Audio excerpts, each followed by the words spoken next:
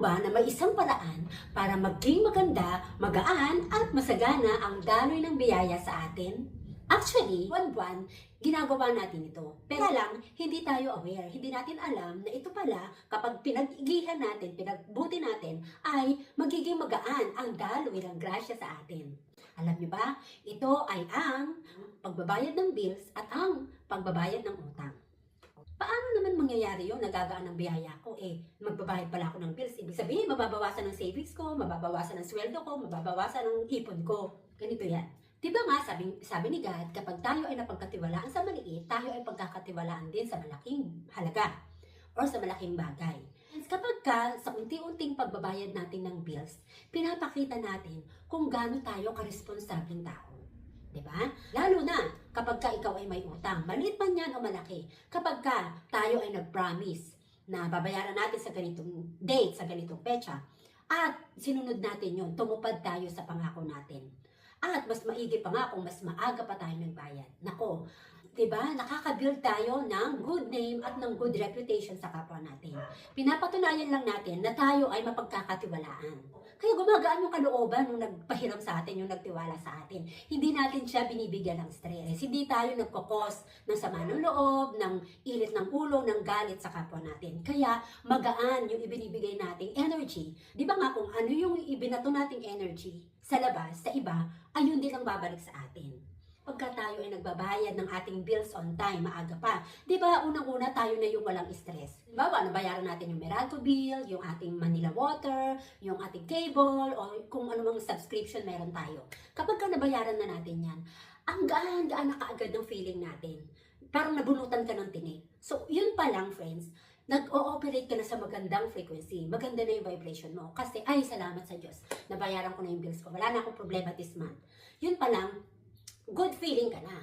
Di ba nga, we attract what we are. Kung ano yung frequency natin, kung ano yung vibration natin, yun ang ma-attract natin na darating. Kaya magaan ang dating ng grasya sa atin. Ganun din kapag tayo ay may nautangan. Kapag na-promise natin, halimbawa ay February, pero January pa lang nagbayad ka na. O di ba, magugulat pa yung kaibigan mo o yung pinagkautangan mo at nabibuild mo yung tiwala. Mas lalo silang nagtitiwala sa'yo. Hindi na sila takot na pahiramin ka kasi tumutupad ka at mapagkakatiwalaan ka. Kaya sa panahon na ikaw ay gipit, meron kang maaasahang malalapitan muli kasi radong magtitiwala ulit siya sa'yo para pahiramin ka o pautangin ka. At ito pa, bonus tip ko pa, friend. Gawin mo na happy money ang pera mo. Na habang nagbabayad ka ng bills, nakangiti ka or happy ka na salamat Lord, meron akong pangbayad ng kuryente, ng tubig, and thank you money dahil sa iyo nasiserbisyuhan ako ng kuryente, nakakapag-aircon ako, nakakapag-ventilador ako, nakakaligo ako, nakakaluto ako dahil sa tubig. Kumbaga, nauna na tayo sinerbisyuhan ng tubig, ng kuryente, o nung anumang nabili natin na nagustuhan natin, bawa damit, no? Umutang ka sa credit card ang ginamit mo. So, naserbisyuhan ka niya. Kaya parang nagtatanong ka ng utang na loob. Kaya nagbabayad ka on time, or mas maaga pa. Kapag happy ka habang nagbabayad ka, kasi yung vibration mo na happy ka sa pagbabayad, syempre, happy din yung balik na energy sa'yo. Kapaniwalaan mo na bawat perang lalabas sa'yo, doble ang babalik sa'yo. Halimbawa naman, hindi ka nagbabayad ng utang, or palaging delay ka sa pagbabayad ng utang. Hindi ba may napapasama kang loob ng mga taong nagtiwala sa iyo, pinagpautang sa iyo, lalo na pag kaibigan mo yan or kamag-anak mo yan.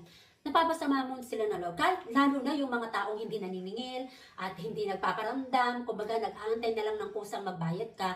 Yun ang dapat na wag natin sisirain ng tiwala.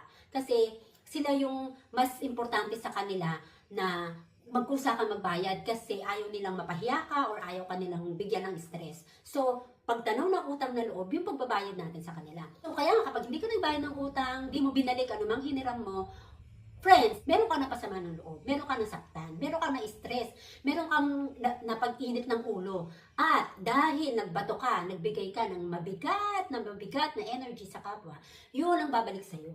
Kaya ang bigat-bigat din ang daloy ng grasya.